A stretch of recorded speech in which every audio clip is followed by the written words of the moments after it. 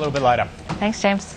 Now, there's been a lot of reaction today to the government's overhaul of the financial planning industry. Now, for some more comment on that, I'm joined now by the Shadow Minister for Financial Services and Superannuation, Senator Matthias Cormann. He joins us from our Perth studio. Senator, thanks very much for your time today. First, I suppose, there is obviously two clear objectives of the government here to make better and affordable advice.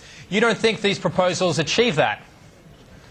Well, let me just say up front, the Coalition supports reform to the financial advice industry, which makes it more transparent, which improves consumer choice, and which makes the industry more competitive and in an overall sense provides better value to consumers. However, if this package, which was announced by Bill Shorten today, was implemented in full, it would increase red tape, it will result in higher costs and in reduced choice for consumers. To that extent, we will not be supporting those changes in the package that will lead to increased cost, increased red tape and reduced choice. In terms of some of the more contentious issues, one is this opt-in proposal, if you like. It's been described as bad policy by some sections of the industry, as well as I think yourself. But isn't it just a way of keeping advisors more honest, I suppose, having to keep a check on them if they have to do it every 2 years? Well, Bill Shorten is clearly intent on making Australia the world champions in red tape when it comes to financial advice. Clearly, consumers across Australia should not be required to pay for financial advice they don't need. And it's important for fees that are charged to be transparent and for consumers across Australia to have the opportunity to opt out of any contractual arrangement with financial advisors at any time or to go and seek advice from a different advisor. However, to take it that next step and to force people by government mandate to re-sign contracts with their financial advisors every 2 years just provides too much red tape, unnecessary red tape, imposes significant additional costs. Treasury has confirmed during Senate estimates recently it would increase costs for your average small business financial advisory firm by about $50,000 per annum. These are costs that would be passed on to consumers. These costs will make financial advice less available, less accessible and less affordable for people across Australia who need it. What about the best interest duty? There seems to be some general, I suppose, acceptance of that in its ability to hopefully increase the standard of advice. Look, we support the concept of a best interest duty. I mean, we're yet to see the detail and we look forward to seeing the detail when the legislation finally comes through. But in principle, of course, we agree with the concept of a best interest duty. I think you'll find that most advisors act in the best interest of their clients now. It seems to be advisors aren't particularly happy about this, the banning, if you like, of volume payments, suggesting it will, in fact, hurt their income. Is that something you'd like to see, I suppose, done away with, or do you support that?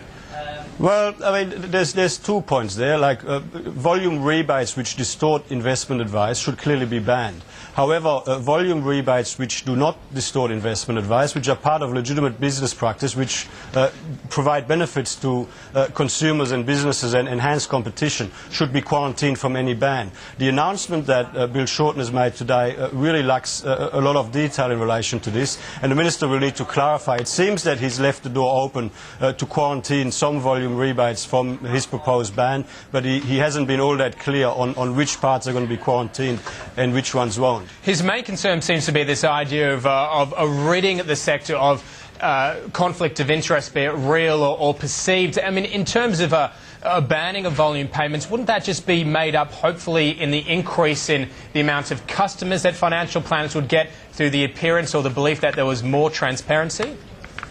Well, I certainly hope that more people across Australia will seek high-quality financial advice and be able, because it's available, accessible and affordable. But like in terms of the proposed ban on volume rebates, there really is inadequate detail on the table now for us to make a final judgment. But what is probably more important to focus on is the proposed ban, which is a new proposal by Bill Shorten, the proposed ban of commissions on insurance inside superannuation.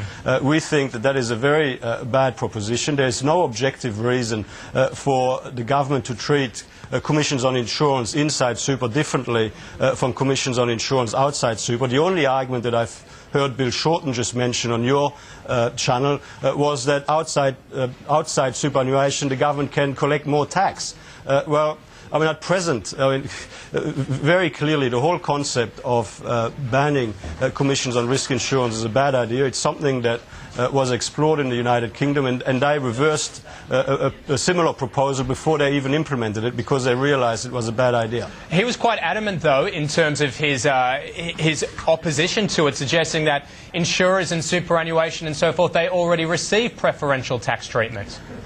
Well, not all of them. And clearly, you know, if somebody receives risk insurance automatically within their super fund, then there shouldn't be commissions payable. However, for those Australians, and there are many of them, in particular small business people across Australia who self-manage their super, for those Australians who require and seek advice to properly structure, adequately structure their risk insurance, there shouldn't be any different treatment in terms of how they can pay for that advice on whether or not they structure that insurance inside super or outside of super. There's no objective reasons as to why the government would treat commissions on risk insurance inside super any differently from commissions on risk insurance outside super. We agree with the proposition that commissions on risk insurance are not conflicted remuneration. They are an appropriate way of making sure that risk insurance remains affordable.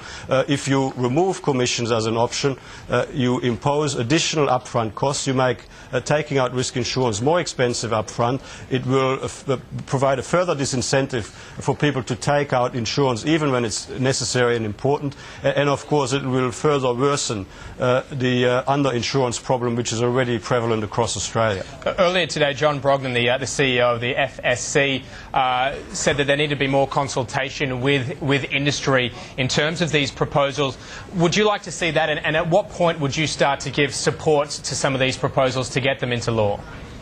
Well, I mean, there are some proposals that we do support. For example, the statutory best interest test, and there's other aspects that we support. And what I've just focused on now are the more controversial aspects. Like we don't support the requirement forcing people to re-sign contracts every year. We don't support the banning of commissions on risk insurance inside super. But of course, what is quite extraordinary, this process has been going for 2 years now. The government has created a lot of unnecessary uncertainty for industry in the way they've mismanaged some of the aspects of this reform process. We've just gone through a 12-month consultation period, yet in relation to a lot of the issues there's still a lot of detail missing, and clearly there is a requirement for more consultation to knock some of that into shape.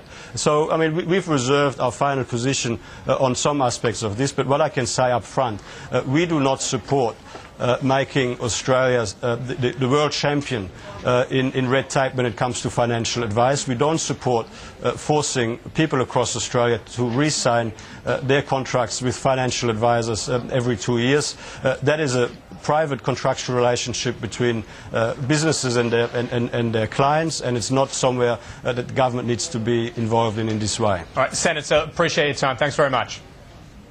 Good to be here. We're going to head to a break. Becoming